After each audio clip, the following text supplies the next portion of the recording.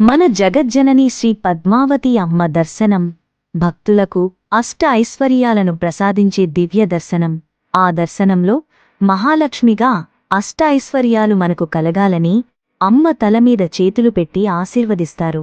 మరియు అమ్మ అనుగ్రహంతో భక్తులకు అష్టలక్ష్మీ నాణ్యం అందించబడుతుంది. అమ్మ దర్శనం చేసుకున్న భక్తులు జనలేని అనుగ్రహాన్ని, అమ్మ ప్రేమను, అద్భుతాలను ఈ దర్శనంలో పొందుతారు. అమ్మ అంటేనే సృష్టి, అమ్మ అంటేనే అష్టలక్ష్మి, 8 రూపాలు, ఆదిశక్తి, సమస్త ఐశ్వర్యాల మూలం. ధనలక్ష్మి సంపద, ధనం, ఆర్థిక ఐశ్వర్యం. ధాన్యలక్ష్మి ధాన్యం, ఆహారం, పంటల శక్తి. గజలక్ష్మి రాజకీయం, శక్తి, గొప్ప స్థానం.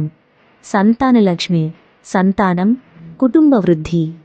వీర్యలక్ష్మి ధైర్యలక్ష్మి ధైర్యం, వీరత్వం, బలముతో కూడిన ఐశ్వర్యం. విజయలక్ష్మి విజయం, గెలుపు, అభివృద్ధి. విద్యాలక్ష్మి విద్య, జ్ఞానం, చదువు. సర్వమంగళకరమైన శ్రీ అమ్మ భగవాన్ మూలమంత్రము లిఖించినచు, పలికినా, చదివినా అద్భుతాలు జరుగుతాయి.